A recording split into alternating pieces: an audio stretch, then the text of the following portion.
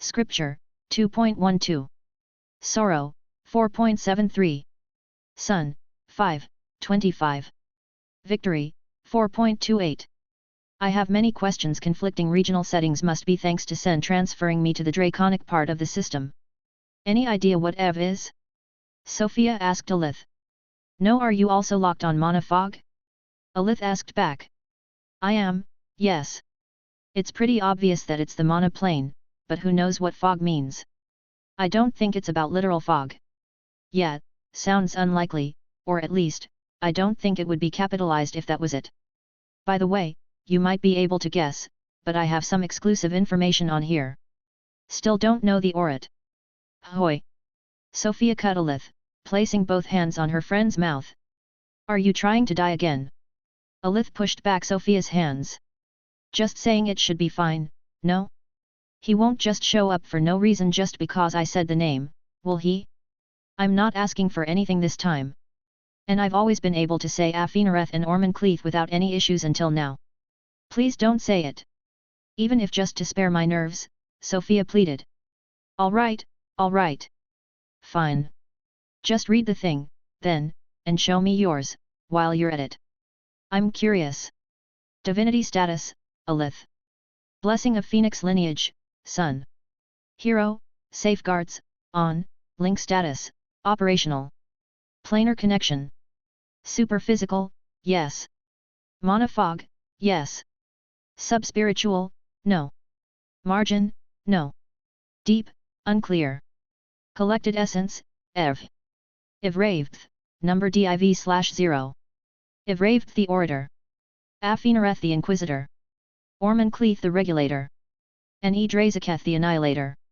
There we go, I have a complete collection. Can't rightfully call myself the Saintess of the Deep if I don't know at least that much, right? Alith tapped on Sofia's shoulder. Looming? I am just as confused as you are, never heard of that god, I don't see where I could have gotten that, it doesn't show up in VPPV nor does it count for quintessential, and I have no clue what the 1E something stands for. Our best bet is probably to ask Cynthia's spectators. And if not, then Aredes would probably know, Alith suggested. I already missed today's class because of you, I can't really travel all the way to the sect, so Cynthia it is, but first, I think we owe Miss Beryl an explanation about my sudden absence. Are you in big trouble because of me or? It should be fine. I just need to do the extra hours later, we teachers are allowed some flexibility for emergencies. Still in her pajamas in the middle of the day, Cynthia scratched the base of her horns, reading the messages popping up in her chat one by one. She looked up at Sofia and Alith, so the EV thing should be essence value, or how pure the essence is, an EV of 1 is essence from an entity that barely qualifies as a cognizant divinity, while an EV of 5 is the best you can get, she explained while looking back at the messages every other second. So scripture really is just that weak, Alith contemplated, sitting on her bed, facing Cynthia's. And sorrow is quite strong. Still, scripture is more than double the minimum, so it's not that weak either, even if it's the weakest of what I have, Sofia analyzed. Not really, Cynthia corrected, your looming essence is the weakest. I didn't understand everything, but in short, Taxes says that this is a value indicating something so weak it should even be qualified as divine essence. Like a speck of a concept, worth less than the tokens they donate for my skills. Taxes? Sofia asked, that's a new one. Cynthia shook her head, no, taxes is a regular also, but they usually only show up whenever money or mathematics are involved. At least that's consistent with their concept. What about looming, then?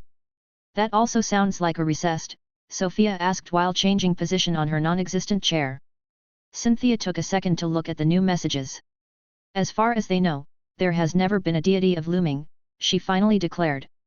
That would explain why the EV is so low, but why is it in my list? Sofia and Alith waited for a bit, hoping for an answer from Cynthia's chat, but after a good minute, the red-skinned orc girl sheepishly looked up from her message window. The answers I'm getting are not really helping, but, for context, this is Death's take on the matter that they wanted me to share with you. Underscore? I see. Well, I'll keep an eye on it.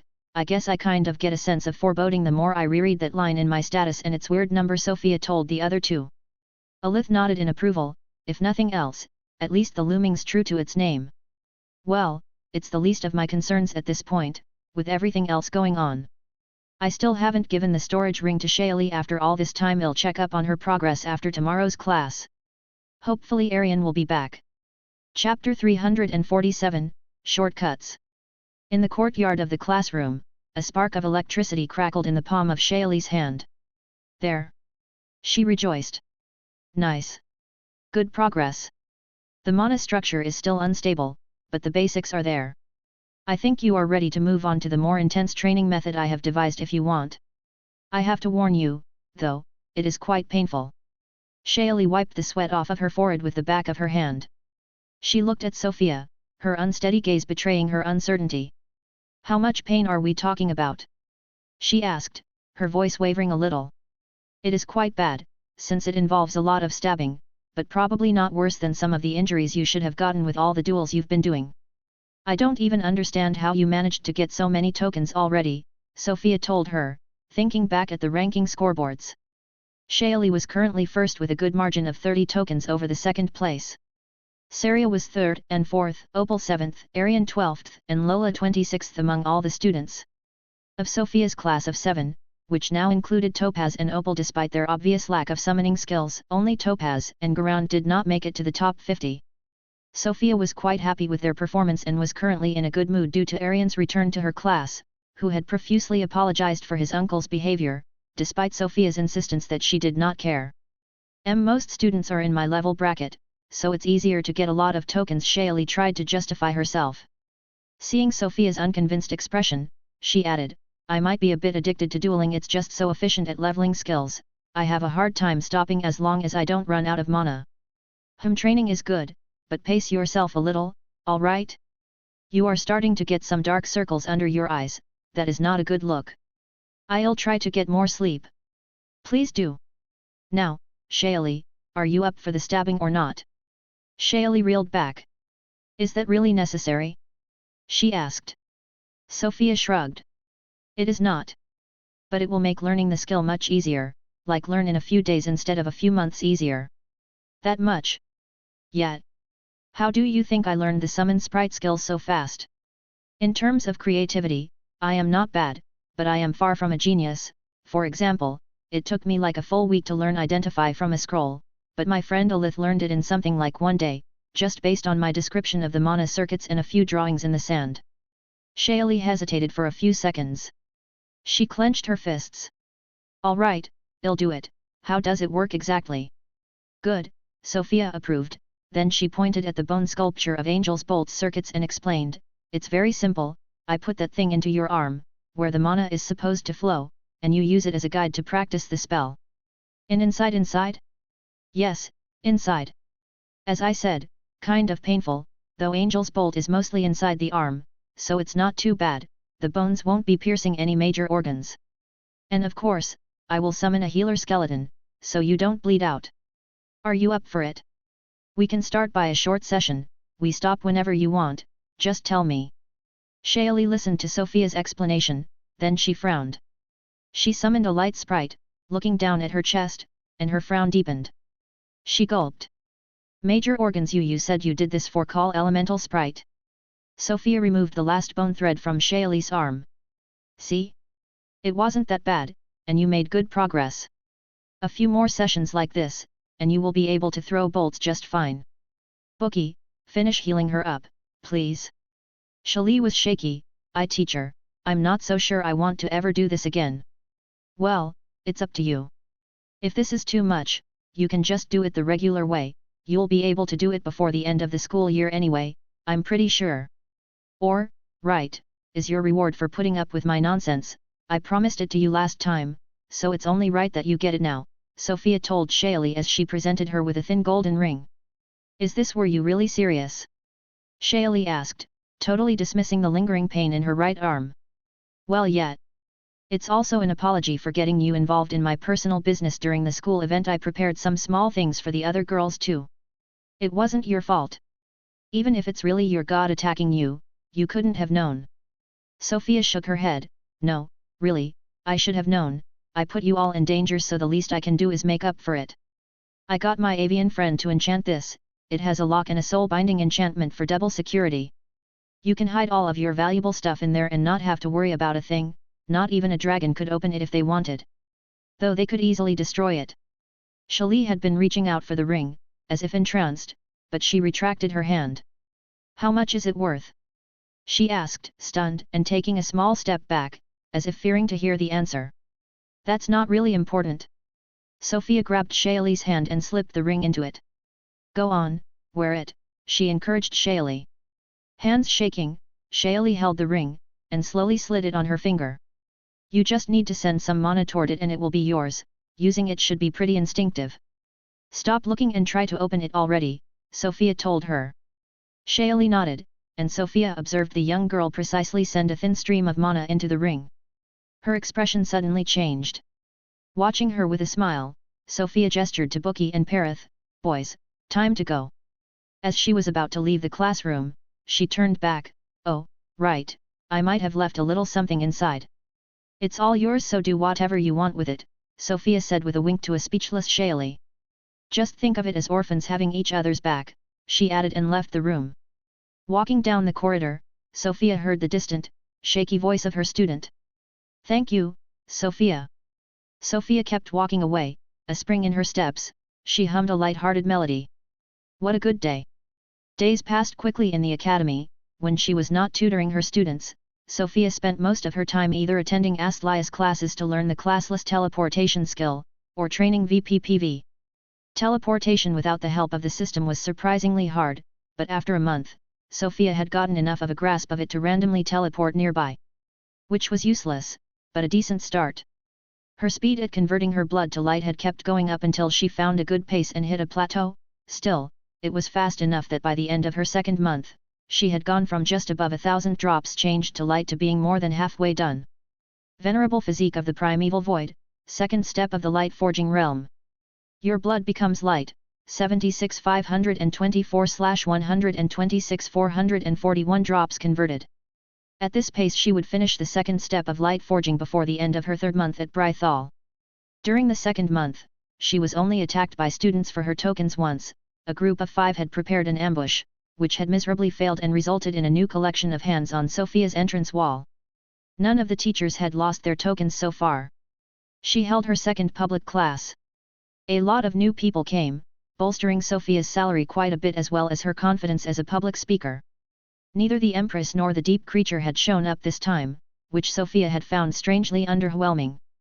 In fact, the Empress hadn't really shown any sign of life ever since the first public class, and without too much surprise, when Sofia had asked around, nobody except those who had been there for her first class had ever heard of the woman named Elizabeth Frows. At the end of the second month came time for the second event of the token competition. Thanks to Sofia's reporting of the first event's attack to the headmaster, the second event had been changed to be something a bit more secure. First of all, the teachers would work in pairs, and they were also all given communication catalysts which they could break to signal an emergency and allow the higher-level academy officials to teleport directly to them. For this second event, Sofia was taking care of the exact same group of students as the first time, along with Astelia who also had her own group of 5 students in her care. Together, they had to help their students clear the first half of a dungeon before taking over and showing them how they handled the second half with stronger monsters. Saint Tartaros had brought the entire group with him to the location of the dungeon in a single teleportation spell, and this time, they had a level 360 priest of death in long white robes following them as an escort. Tartaros closed his eyes and Sofia could feel waves of mana coming from the saint gently washing over her and spreading in every direction. Opening his eyes, he addressed Sofia and Astelia, there was no one foolish enough to follow us. I will make sure no one can find this place. As long as you do not leave the dungeon, it should be safe. Do break the catalyst if anything goes wrong. Too many disturbances would be bad for the competition. May strength's blessing be upon you all. His speech over, Tartaros disappeared, and the priest of death took their distance from the group, slowly turning invisible. Sofia turned to Astelia, let's do this. Let's get our students plenty of tokens. The small vampire cheered back. You have entered the dungeon, Forgotten Halls of Mizanthill, LV 50-250. Chapter 348, Gambler's Associates. It's quite dark in here, Parath, can you glow a bit stronger for the students? Thanks. The group of 12 observed the environment they had been teleported into. They were in a narrow corridor, with no opening to the outside in sight. Frescoes and sculpted pillars along the walls were almost completely covered by lush green vegetation. The air was a bit stale but still breathable. How is this place so overgrown when there isn't the slightest bit of sunlight? One end of the corridor was collapsed, leaving a single way forward. Sofia extended her mana senses through the walls, confirming her suspicion that they were deep underground. Any ideas as to where this might be? She asked Astelia, who was also observing the walls. Not really, no. Hill sounds a bit like an elvish name, so elven ruins, maybe? The artwork on the walls is too damaged to be any help. Let's just go forward then. The start is meant to be a trial for the students, so it can't be too dangerous. Who's the highest ranking of your students? Asked Lia's feet left the ground as she floated up to get a better view of the group of students, then she pointed at a hooded teenager Exidian holding curved daggers. That's Evan, he's ranked 22nd I think, if it hasn't changed from when I last looked. Sofia nodded in approval, then she called him and Shaili over. You two are now your group's leaders, since you have the most tokens, she explained, then she brought out a coin, heads or tails. The winners group can decide who takes the first pack of monsters we find, then you'll alternate. Evan decided to bet on heads and lost the coin toss, so it was Sofia's group who got to take the lead, starting the exploration by leaving the long corridor. The entire place was overgrown, it seemed most furniture in the large halls had disappeared, or was buried under thick roots and bushy leaves. Keeping an eye on the progress of the students as they carefully explored with Perith at their side, Sofia had a casual chat with Astelia. And that was my second specialization. It's been very useful so far. What did you choose for yours? You got an active point if I recall correctly. Did you even use it yet? Sofia asked Astelia. The vampire had been holding back on specializing for a while for some reason, she still had not picked when they had met back up in Zephyr's sect. I did, yes. It took me a while to use it because I needed to get used to the skill a bit more before the system would let me specialize in it, she explained.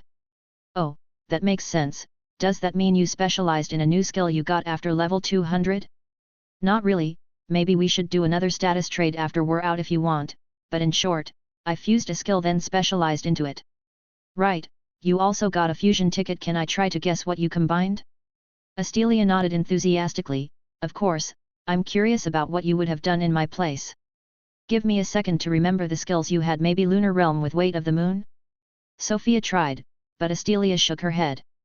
That was one of the choices I considered, but I decided against it because Lunar Realm has too many limitations. Then Celestial Pull and Repulsion would be the next obvious choice? You got it. Astelia confirmed with a thumbs up. The resulting skill was called Gravity Strings. It was pretty much just the two skills stuck together with more directional control. I had to practice with it a whole lot until the system would let me specialize in it. Not a bad choice. I think I would have probably fused passives if I were you. Greater physical absorption with greater regeneration sounds like an incredible combination. Then I would have specialized into repulsion most likely, since it's the skill you used the most in battle both offensively and defensively, Sofia theorized. I remember how you blasted my skeletons around, that was really strong already. That could have worked, Astelia approved, but I felt that what I did was the best choice. Fusing passives is an idea, I'll get more fusion tickets later so it isn't a huge deal, she confidently bragged with a smug smile. If you say so. How did that specialization turn out, then? Rolled a lot? You were already at 249 earlier, so I guess you have a big debt now? Astelia laughed awkwardly. And no, what's a few levels after all? I definitely don't have 200 levels of debt, ahaha. 200. The students ahead turned back to look at their teachers. Sorry, it's nothing, Sofia told them, keep going, then she turned back to Astelia, were your options that bad? Asked Lia's naturally tan skin turned a bit red, and no, it's just I got two really good options almost from the start and I didn't know which to pick, it was too hard, so I decided to keep going until I got something I could be sure was better than both of them. It just took a little while. Was it worth it, at least? Very much so, yes. The description and requirements of the final path I got were a bit disturbing, honestly, but there's no question as to whether it is strong or not. Just look at it. Directionless hegemony. By focusing on any target you may alter its direction and speed. Mana cost varies depending on the number, scale, and distance of targets as well as the applied changes. Sofia frowned as she read the description of the specialization. Isn't that just what her fused skill was already supposed to do? I don't really get it, Sofia admitted. How is that different from what you could already do? Astelia smiled. It is very unassuming like that. So little text, but what has changed is not what the skill can do, it's what it cannot do. Do you see any cooldown? Any restrictions? Oh. Oh. Any target? No maximum range? No maximum size? No limitations in the applied speed? Alright, I get it now. Depending on how heavy the mana costs are, this has the potential to do really crazy things. Sofia narrowed her eyes. Let's just say, for example, that you decided, to target a certain ball of fire in the sky. What would happen? Astelia laughed. I don't have that much mana. So you tried. Well, I mean. It was Moon's idea, kind of. I see. Can you use it on me? Astelia nodded. Sure, what do you want me to do? Can you alter my speed to be 0? It took surprisingly long for Astelia to come up with an answer. That depends on what you mean by 0. If you mean your speed relative to the planet, so stop you in your tracks, then yes. If you mean your absolute speed in space, that's not really something I can do yet, since the planet is moving. I meant the first option. Then of course, here, Astelia said candidly. Sofia felt nothing except for Astlia's magic enveloping her, but as she kept walking in thin air over the carpet of roots covering the tiled floor, she discovered that she no longer moved. Whoa, that is super weird. Sofia tried extending her wings, but flying was the same. Her body could move, but she was like stuck in space, as if held back by an invisible hand. Since the spell was non-damaging, heat death could not prevent it, but when Sofia tried to use the random teleportation classless skill she had managed to learn for Astelia, that worked and she appeared a few meters further.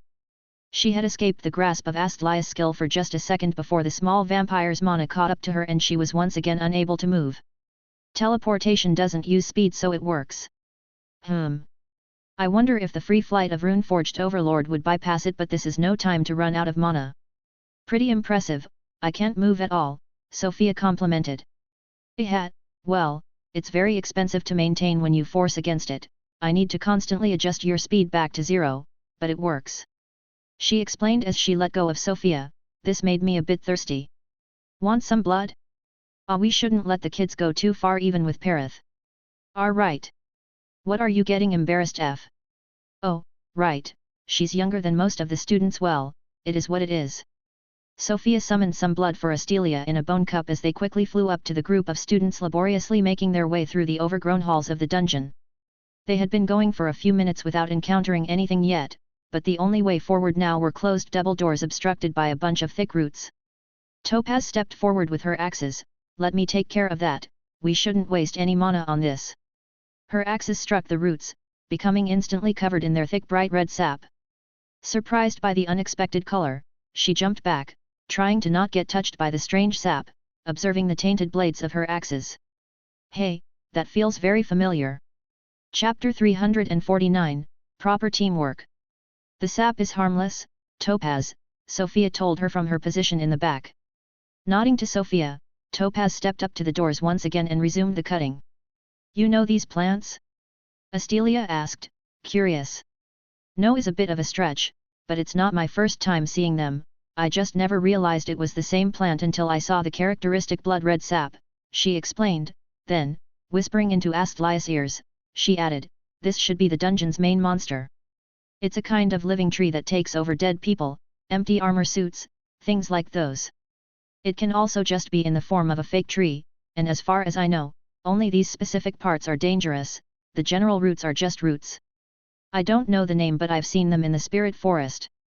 Sofia could see the realization of something on Astlia's face as she told her this. Astelia whispered back, sounding excited by the discovery, I have heard of this from the Queen. There are monsters like these in the forest, yes.